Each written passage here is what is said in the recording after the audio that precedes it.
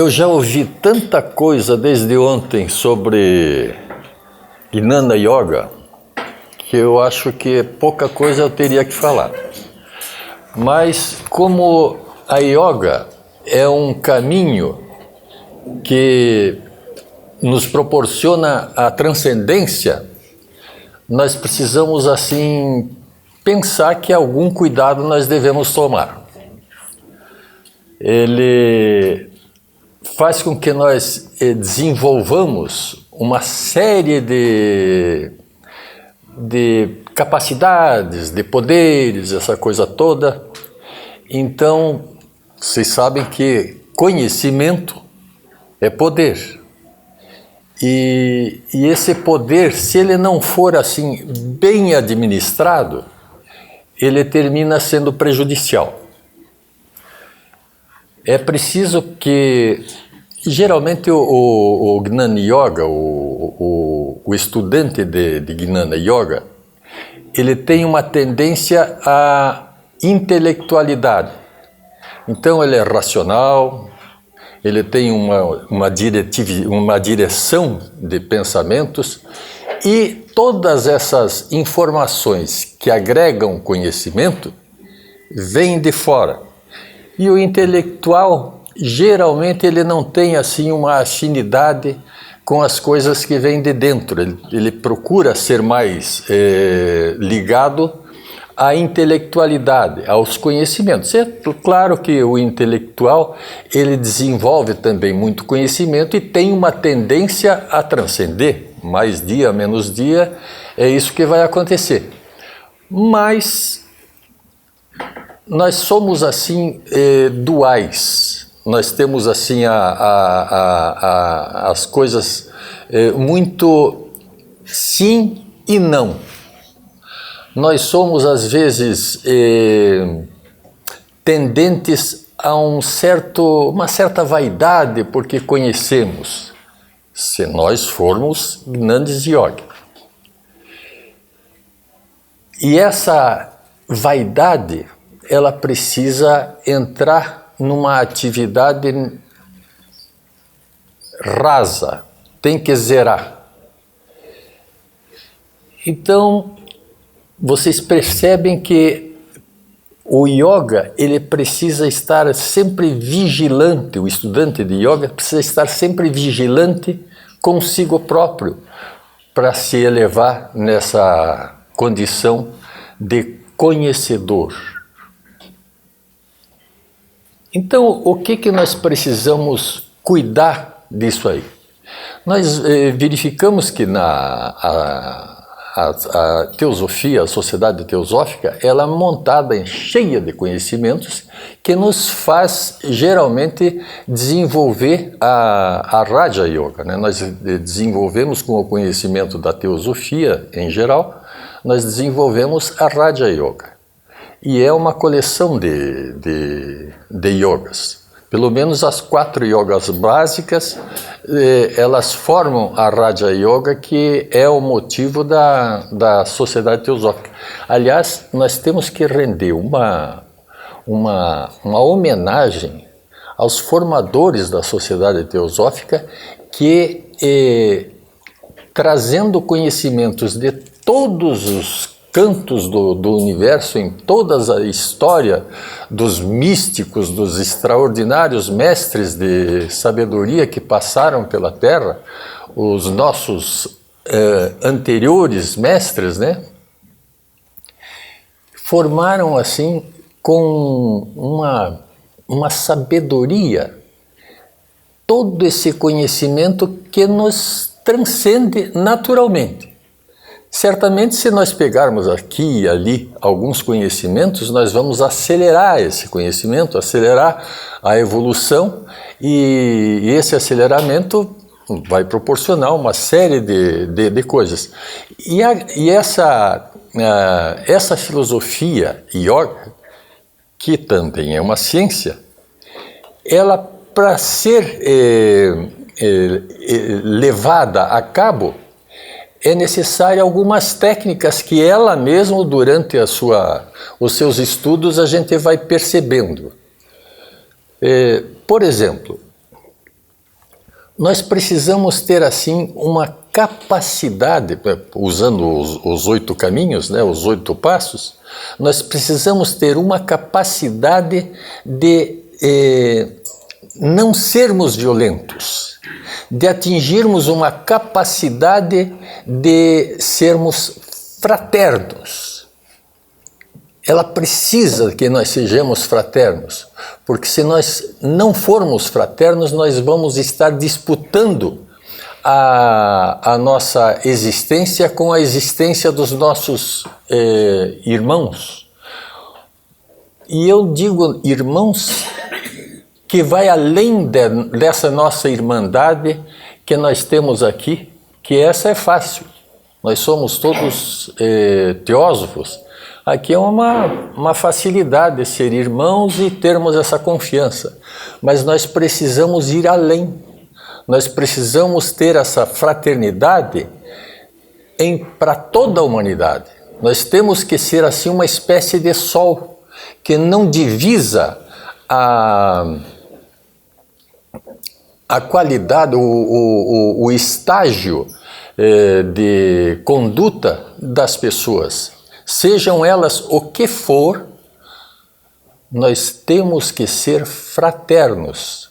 É uma condição para nós sermos teósofos, o primeiro objetivo. Nós devemos desenvolver essa qualidade fraterna e devemos ultrapassar as paredes da sociedade teosófica para sermos realmente fraternos. Quando atingirmos essa qualidade, nós estaremos construindo o quê? Nós estaremos construindo um caráter de um ser pacífico, de um ser que não odeia, de um ser que não tem lado, de um ser que, quando atingido por alguma agressão, ele anula essa agressão, porque a ele não atinge uma agressão, porque compreende que a agressão é sempre vinda da ignorância. A pessoa certamente não faria isso se não fosse ignorante, mas a ignorância tem esse lado que agride, que fere, que faz uma série de coisas que separa. E a nossa condição de teósofos é a condição de unir, de acolher, de fazer com que os seres humanos sejam também fraternos a partir do nosso exemplo, da nossa conduta. Então, veja que ao estudarmos teosofia ou ao estudarmos também essas técnicas de yoga, nós vamos ter uma vida, temos uma vivência nesses moldes. Porque nós não devemos ser teósofos apenas na sala de teosofia. Na sala de meditação, nós devemos transcender essas paredes. Nós devemos sair das paredes de teosofia, dos lugares onde nós nos encontramos com os nossos irmãos que amamos. Nós devemos também ser teósofos lá fora, onde nós devemos ter esses sentimentos para com todos. Então, isso é uma vivência. E percebam que, para nós termos essa vivência, nós precisamos ter, assim, uma certa calma. Por que eu pergunto, por que eu afirmo que nós precisamos ter uma certa calma, uma certa serenidade? Porque a vida, ela proporciona, assim, altos e baixos, ela é muito oscilante e parece que os mestres, eles colocam algumas coisas para nos provar. E aí, eles colocam algumas coisas que, se nós não formos realmente serenos, nós perdemos aquela conduta amorosa, fraterna e leal que nós devemos ter normalmente. Ao nós mantermos-nos com essa serenidade, a nossa mente superior age. E essa nossa mente superior agindo, quando acontece alguma coisa que nos surpreende, alguma coisa que seja grave, sei lá o quê, nós teremos uma oportunidade de cooperar com o ambiente que está em desastre ou algum cataclismo, alguma coisa assim. Se nós mantivermos a calma, nós seremos úteis. Se nós entrarmos em desespero, nós teremos mais problema, nós vamos acrescentar alguma coisa no desespero que circula naquele momento. Então, veja que a gente, ao estudar a teosofia e ao viver a teosofia, nós vamos gradativamente nos transformando. Então, é uma tarefa, aliás, uma tarefa muito agradável do teósofo, ser útil para a humanidade, ser fraterno. Aqui é fácil, né? Mas com a humanidade, nós devemos ter esse trabalho, porque é o trabalho que vai transformar a própria humanidade em seu próprio benefício. Quando todos os seres... Bom, vamos imaginar o seguinte. O ser humano, ele nasce. E ele já precisa de um carinho muito grande para sobreviver. Senão ele não passa dos primeiros meses. Ele exige uma atenção amorosa, compassiva, uma atenção assim bastante maternal, né? Porque maternal, paternal, e que venha não só das mães e dos pais, mas de quem estiver por perto. Aí nós temos o exemplo dos índios, né? Mas porque os índios, eles acolhem todas as crianças. As crianças dos índios são de toda a aldeia, né? E nós também precisamos ter essa atitude de compaixão para com as crianças, para que elas cresçam. Se não houvesse essa atenção compassiva com todas as crianças, nós não seríamos 7 bilhões e meio de habitantes na Terra. Eu estou achando a Terra muito pequena para tanto peso. Mas, afinal de contas, nós estamos viajando nessa nave, né? No espaço, no firmamento e tal, mas nós precisamos, inclusive, ser fraternos com a nossa própria nave.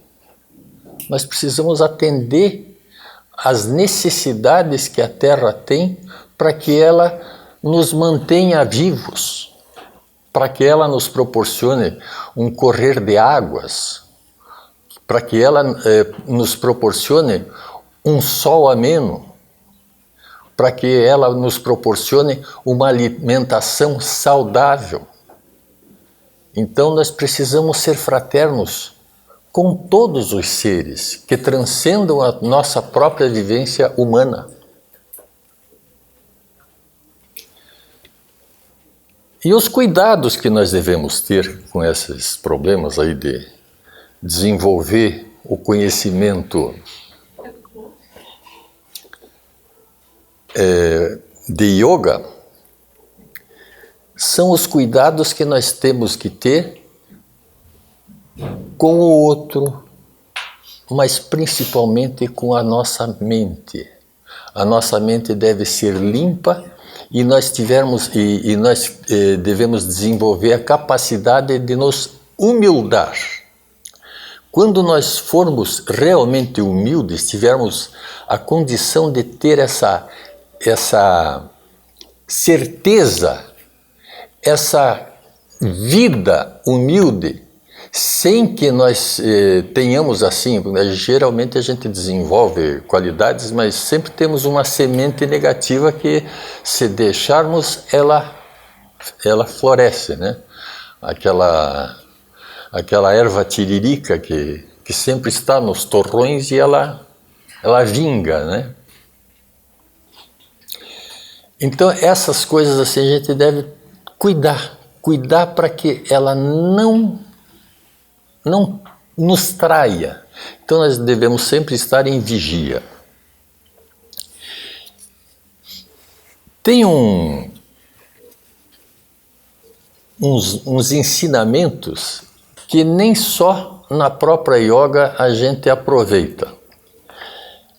No pós-fácil da sabedoria antiga de Anibesa, tem alguns dados sobre o taoísmo, e aí eu quero ler esses dados aí para que vocês prestem atenção numa coisa que o São Paulo já disse, e outros dizem, mas esse aqui parece até uma poesia. O homem é considerado como uma trindade. O taoísmo reconhece nele, no homem, o espírito, a mente e o corpo. É uma trindade que nós aprendemos em teosofia aqui, muito frequentemente, e a gente está estudando, né? A divisão dessa tríade aparece claramente no Clássico da Pureza, quando diz que o homem deve libertar-se do desejo para atingir a união com o Uno. Então diz ele o seguinte: ora, o espírito do homem ama a pureza, mas sua mente o perturba. A mente do homem ama a tranquilidade, mas seus desejos a afastam. Se ele sempre pudesse evitar os seus desejos, sua mente tornar-se-ia tranquila. Mantenha ele sua mente limpa e seu espírito tornar-se-á puro. A razão pela qual os homens são incapazes de atingir esse estado é porque suas mentes não foram perfeitamente purificadas e seus desejos não foram afastados. Se o homem consegue afastar os seus desejos, então, ao contemplar a sua mente, ela não é mais sua. Ao contemplar o seu corpo, ele não é mais seu. E quando volta seu olhar para mais longe, para as coisas de fora, elas se tornam coisas com as quais ele mais nada tem a ver.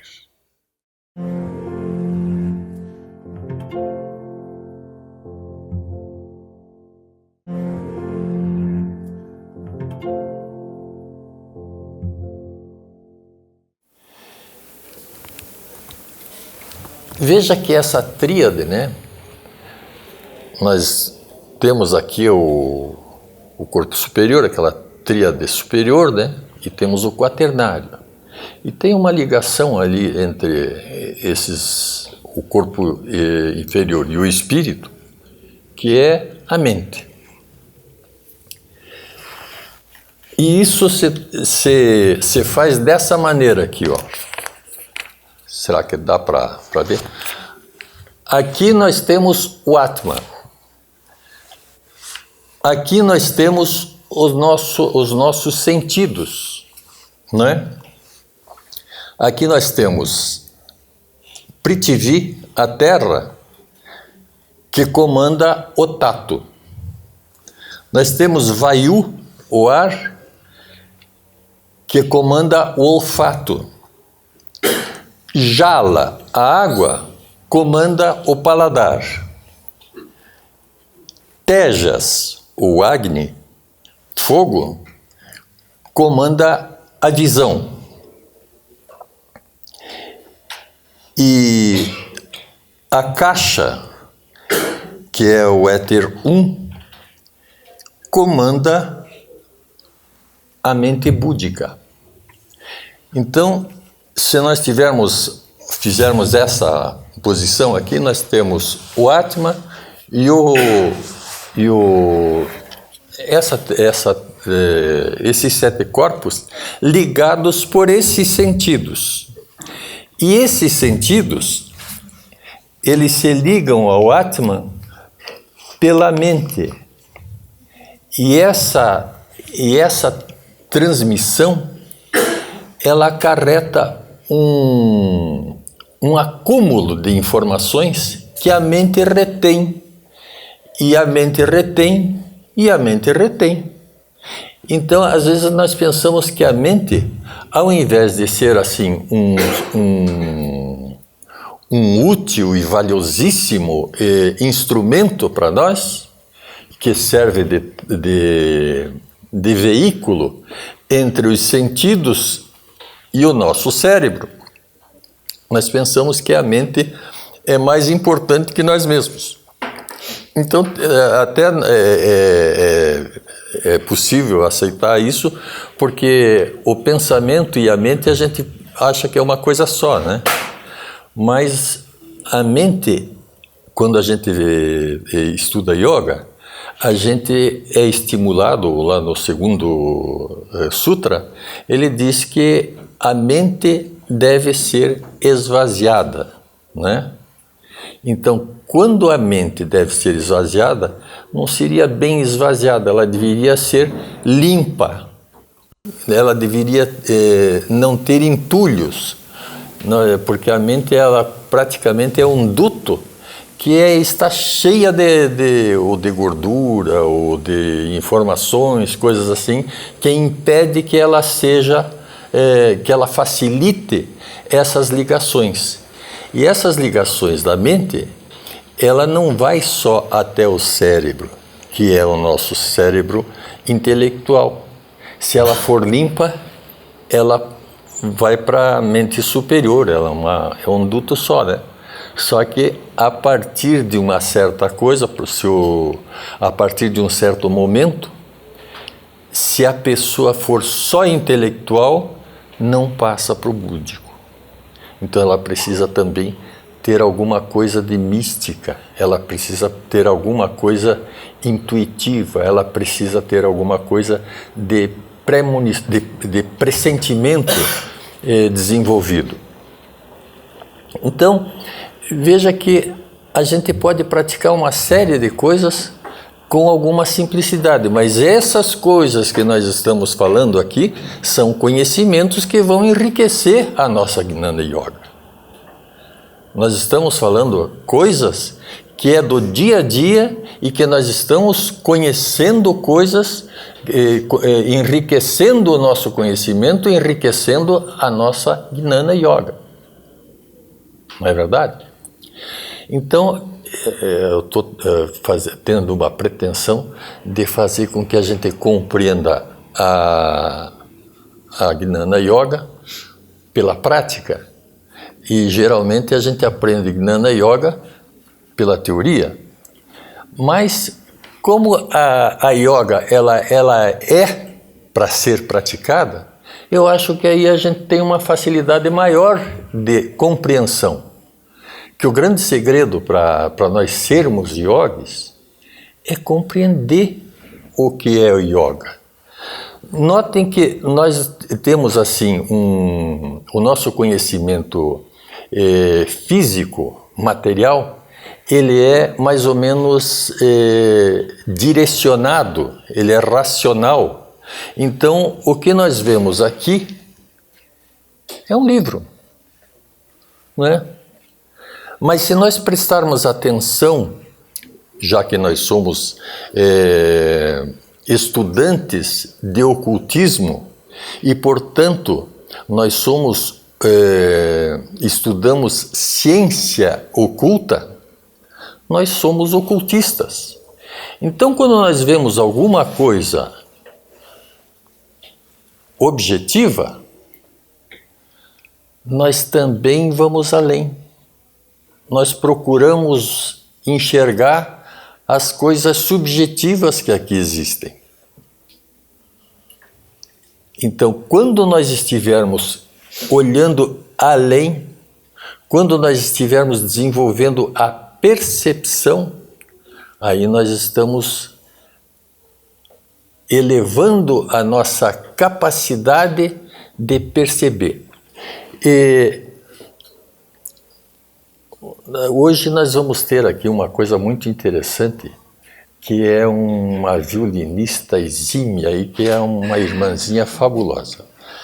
E essas artistas assim de música, todos os artistas de uma maneira geral, têm uma sensibilidade muito aguçada.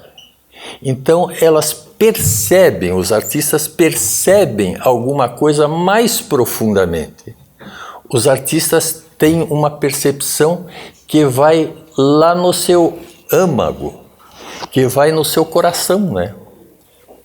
Então, essas percepções, isso a gente vê muito em pintor. O pintor, ele olha assim um quadro, ele vê detalhes que a gente comum não vê. Mas esta percepção, os espiritualistas devem desenvolver. Porque a percepção, com essa percepção, nós vamos ver teosofia, vamos ver sabedoria, conhecimento em todos os momentos. Não é só quando vemos o dedo de Deus, né? Que até aqui nós, felizmente, nós temos uma percepção além e vemos o dedo de Deus através das nuvens.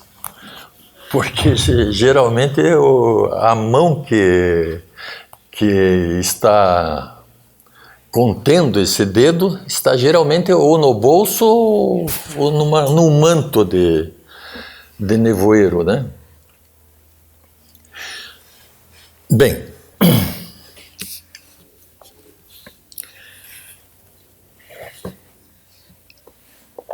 aqui nós temos uma coisa que também nós temos o grande poder de viver com a atração e a repulsão. É a vida do homem, né? Nós temos uma atração e temos uma simpatia e vamos tendo essas coisas assim de uma maneira bem acentuada. O nosso time diz aqui no 2.7, a atração que acompanha o prazer é raga. Raga é definido neste sutra como a atração que se sente por qualquer pessoa ou objeto, quando qualquer espécie de prazer ou felicidade é derivada daquela pessoa ou objeto. É natural para nós sentirmos-nos atraídos desta maneira, porque a alma prisioneira, tendo perdido a fonte direta de Ananda interior, da felicidade interior, né, tateia em busca de Ananda no mundo exterior, e qualquer coisa que ofereçam a sombra disso, sob a forma comum de felicidade ou prazer, torna-se querida para ela. Dá para perceber que essa atração que nós temos é uma atração que nos dá prazer, que nos agrada. Mas se ela não continua com esse prazer, e geralmente não continua, aí nós rejeitamos. Não é verdade? Então, essas instabilidades é que nós devemos varrer da nossa vida. Nós devemos ter estabilidade, nós devemos ter um prazer que não é um prazer pessoal, né? Esse prazer físico, esse prazer assim, que é geralmente muito fugaz, ele não é alguma coisa que realmente seja prazeroso. nós devemos ter alguma coisa que vá além, que esta simpatia seja essa que nós temos aqui. Nós não temos interesse em pessoa nenhuma, nós não queremos prazer físico, contato e tal. Essa época já passou, né? Tem uma época que, em alguma idade, tem gente que de bicho que funga só escapa a folha, né? Não tem limite não tem limite a sua ideia de prazer, né? Então, nós temos que ter assim um equilíbrio. Dentro daquela serenidade, nós devemos também desenvolver o equilíbrio para que essas sensações não nos aprisionem, não nos submeta a vexames, né? Porque é um desastre, né? Aí, mas nós temos também a repulsão. Veja lá. A repulsão que acompanha a dor é dvesha. Dvesha é a repulsão natural que se sente em relação a qualquer pessoa ou objeto que represente uma fonte de dor ou infelicidade para nós. A natureza essencial do eu é bem-aventurança e, portanto, qualquer coisa que cause dor ou infelicidade no mundo exterior faz com que os veículos externos recuem daquela coisa. O que foi dito sobre raga é aplicável a dvesha, em sentido contrário, já que dvesha não é senão um raga com sinal negativo. Os dois formam um par de opostos, raga e dvesha. Então, mais ou menos, esses opostos, geralmente os opostos, eles são um negativo e outro positivo. Aqui no caso, os dois são tão ruins que os dois são negativos, né? O nosso raga, a nossa atração, ela extrapolando essa atração que fuja do equilíbrio, ela é negativa.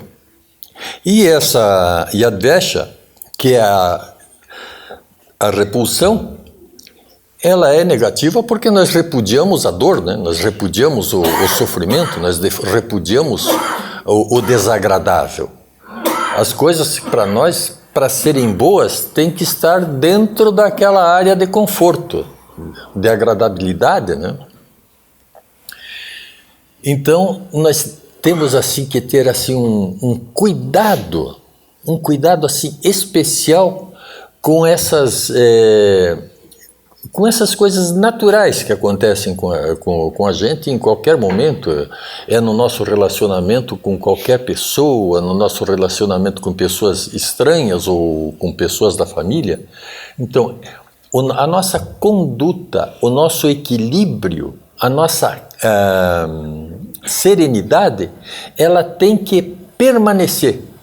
E eu vejo o seguinte: uma das coisas que a gente deve fazer para desenvolver a Gnana Yoga é a meditação. A meditação ela é válida em qualquer lugar, né? Em qualquer yoga.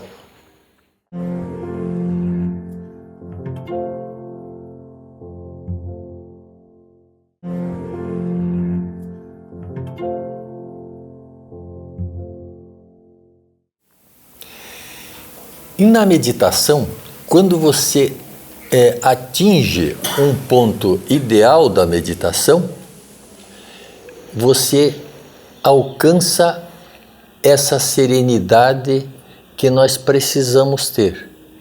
Depois, para alcançar o objetivo que nós estamos pretendendo nessa meditação, nós temos que aprofundar esta calma, esta serenidade, para que o que brilhe é o nosso Atma, né? E a gente faz esses gestos assim na cabeça por um vício de que é na cabeça que as coisas acontecem. Não é no coração. É no coração que se aninha a centelha, a chama divina que nos dá vida. E esta chama, esta centelha, é algo que nos faz do nosso corpo algo sagrado.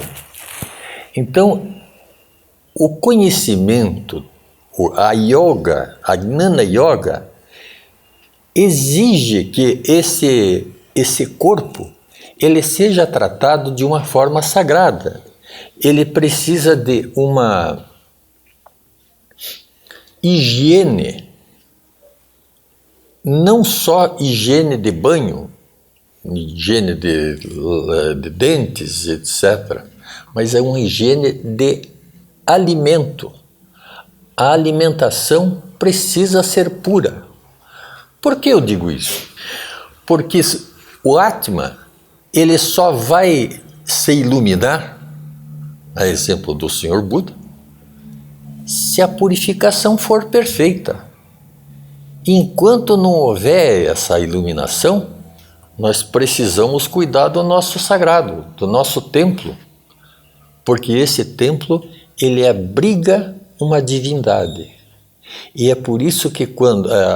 Aí eu já vou me deslocar um pouquinho para Bhakti Yoga, né? Porque essa ideia que deve ser assim, não só um conhecimento, mas uma convicção de que nós não somos esse corpo, somos essa chama que nos dá vida. Quando nós nos convencermos disso, nós vamos ser poderosos, porque daí nós não vamos precisar fazer uma prece pedindo a um certo Deus que nos dê emprego, que nos arrume uma esposa ideal, que nos arrume um marido maravilhoso, que nós... Entende? Então, esses pedidos, eles deixam de ter efeito, deixam de ter, assim, razão de ser. Aí, o que nós vamos fazer? Nós vamos fazer afirmações. Nós vamos fazer coisas que vão nos dar poderes maiores. E esses poderes é que eu disse no início que nós precisamos ter cuidado. Se nós tivermos algum resquício de egoísmo, nós podemos usar esses poderes para nosso benefício próprio. E essas coisas que se tratam de poderes transcendentes, essas coisas, elas são dadas gratuitamente e são saberes, são sapiências que nós vamos adquirindo e conquistando através de um certo esforço para atingirmos alguma coisa que seja benéfica para a humanidade. Nós não devemos fazer nada que não seja para os outros. Nós devemos ser assim como um sol que ele dá calor e mantém a nossa vida pelo calor que ele nos dá. Que ele nos dá luz. Então, ele é um símbolo divino material. Ele é o próprio corpo do nosso Criador, né? E ele permanece, ele dá uma continuidade nessa criação, assegurando a vida para todos os seres que, já que nós estamos aqui no nosso pequeno planeta Terra, todas as vidas que essa Terra abriga. E é um dado muito interessante que nós tenhamos essa vida e tenhamos esse conhecimento. É mais um conhecimento que nos enriquece o nosso Gnana Yoga. Essas coisas fazem com que nós caminhemos com este conhecimento, facilitando a nossa vida para facilitar a vida dos outros seres.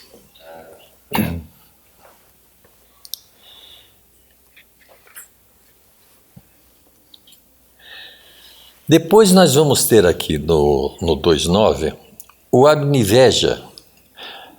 Abniveja é o forte desejo de viver que domina até mesmo o erudito ou os sábios. Nós temos aqui na nossa vida nós vivemos assim meio enganados, né? Nós sempre pensamos que somos aquele ser que nós enxergamos no espelho. E não é assim. Esse ser que nós vemos no espelho é aquele corpo sagrado que abriga o ser real, o verdadeiro ser, o ser que é atemporal. É a palavra que nós achamos assim mais interessante, né? Nós somos atemporais, nós transcendemos o tempo no início e para frente, futuro.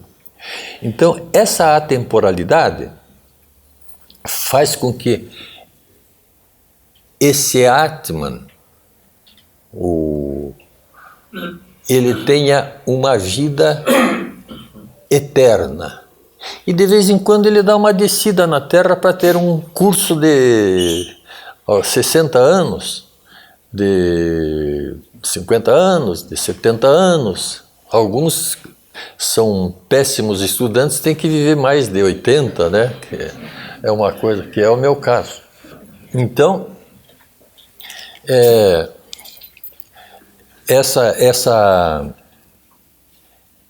esse desejo de viver, ele é dominante porque a gente pensa que nós deveríamos ser eternos fisicamente.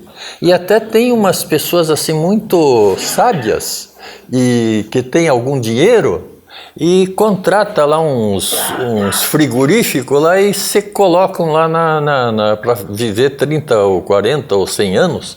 Eu disse, eu não quero viver mais esse século, me acordem aqui no ano 3020 aí. Então, essas coisas acontecem, né?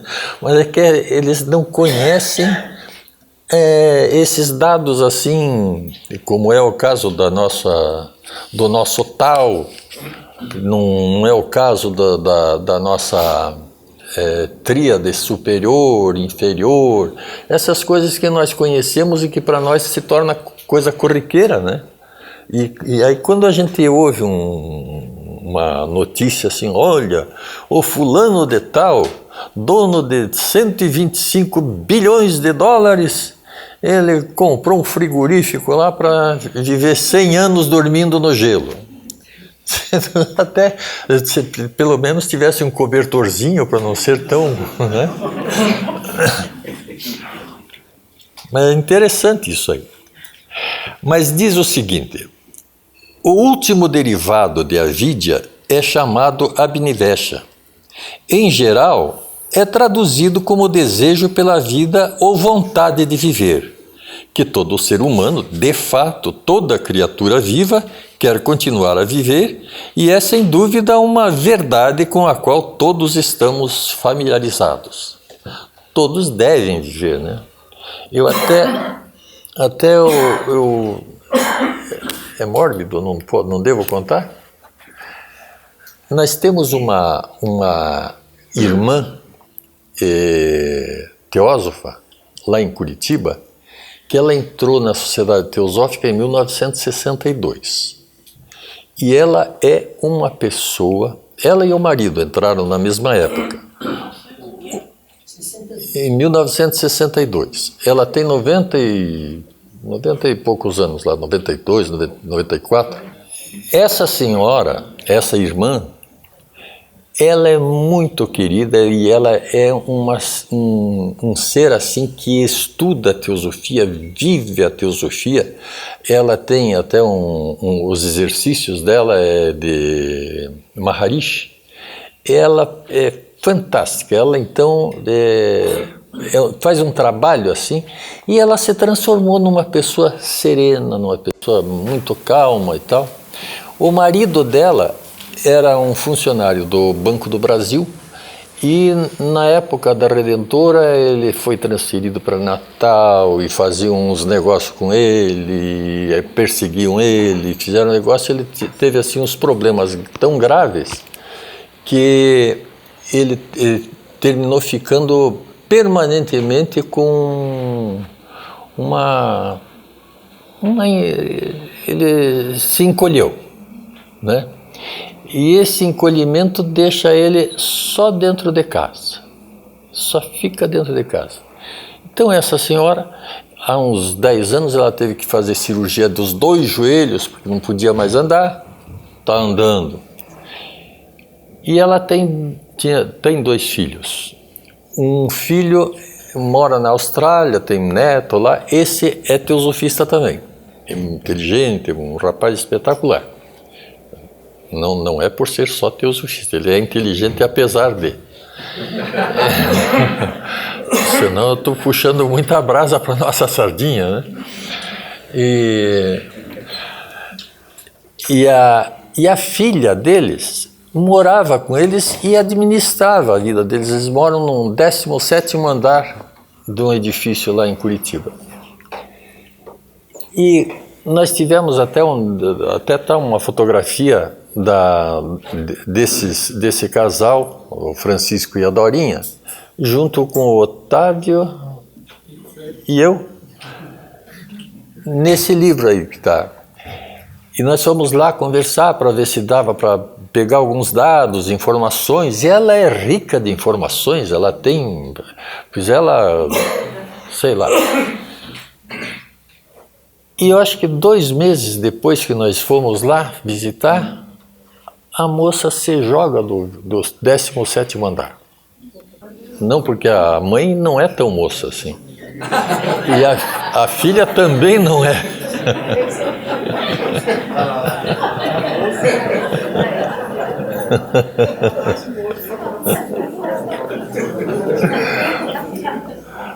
Mas o mais interessante de tudo é que nós fizemos lá uma reunião festejando esse centenário lá em Curitiba, né? Curitiba é uma das lojas também bastante antigas, lá de 1930. Então ela merece lá uma certa atenção. E nós chamamos a Dorinha. E chamamos a Dorinha e a Dorinha veio lá receber lá as nossas homenagens e tal, e falou uma série de coisas lá, com uma serenidade que parecia que não tinha acontecido nada com ela. Ela teve assim um comportamento de uma pessoa sábia, de uma pessoa que alcançou essa serenidade que nós procuramos a todo instante. E é difícil. Então, essa senhora com esse problema, porque eu também já tive uma perda de um filho. E não é fácil. Perder filho parece assim uma coisa, o que você fez que você não cuidou do filho, né? Então é muito difícil. Morrer pai, morrer mãe, morrer os velhinhos, tá tudo bem, não há problema nenhum. Mas morrer filho é muito grave, é muito e ainda mais num contexto desses, né? Pois ela estava assim serena, mostrando que o que ela conheceu de teosofia, de aquele tratamento que é uma yoga de Maharishi, e ela desenvolveu uns poderes que são incomuns. Ela recebe, está viva lá, ela que cuida do marido agora tranquilamente, ela que tinha a filha para cuidar dos 2, agora ela cuida sozinha dela e dele. Então é um exemplo assim de que há uma possibilidade das pessoas superarem essas dores, superarem essas dificuldades que a vida proporciona. E eu acho que quando o ser humano está está em caminho de uma ascensão muito grande, e ela é mais provada. Parece que são iniciações que ocorrem quando ocorrem esses acontecimentos assim, tão pesados, tão duros de serem assimilados, né? E ela foi assim um exemplo fantástico. Por quê? Porque ela tinha conhecimento. Então, quando a gente estuda Gnana Yoga, a gente vai acumulando conhecimentos de tal monta que nós podemos transcender. Certamente, esses conhecimentos, essas yogas, quando a gente tem esses conhecimentos, naturalmente a gente vai desenvolver as outras yogas paralelamente. Não é possível uma pessoa que tenha uma capacidade, tenha uma probabilidade de transcender a si próprio, não ter amor, não desenvolver essa amorosidade, esse afeto para com o outro, porque o conhecimento, ele ficaria assim, muito rústico, se ele não tivesse o encanto do amor, a doçura do amor, a ternura do amor. Assim como as pessoas também são ágeis nas suas atividades, vão ter assim a atividade, a tarefa de desenvolver o trabalho, a Karma Yoga, né? O amor é a Bhakti Yoga e essa é a Karma Yoga. Então, são essas 3 yogas que vão enriquecer a Raja Yoga. Quando um teosofista, e a gente teve alguns assim, pelo menos no passado nós tivemos assim grandes seres que desenvolveram todos os poderes, né? Blavatsky, Kenny Besant, Leadbeater, Geoffrey Hodgson, seres que fizeram assim um desenvolvimento tranquilo. Eles se acumulam de todas as yogas para chegar a essa Raja Yoga, para chegar a esse Samadhi ideal, né? Então é o trabalho que todos levam a ter, é o alcance, são os limites que a pessoa alcança, são os limites meio que ilimitados, né? Porque é uma atividade que a pessoa se transforma, e se transforma num ser sempre melhor. A cada dia é um ser melhor, é um ser mais sábio, mais amoroso, mais trabalhador, porque, por exemplo, na sociedade teosófica, a Karma Yoga tem que funcionar. Se não trabalhar, a sociedade teosófica perece, né? E tem que trabalhar com amor e com sabedoria. E a mente do nosso teósofo tem que estar sempre limpa, vazia, para manter a serenidade e o equilíbrio. Coisas que nós precisamos a todo instante. Certamente nós tivemos aqui muitas palestras muito elucidativas, e muito pouco alguém vai querer saber alguma coisa, porque já todo mundo já explicou tudo, né?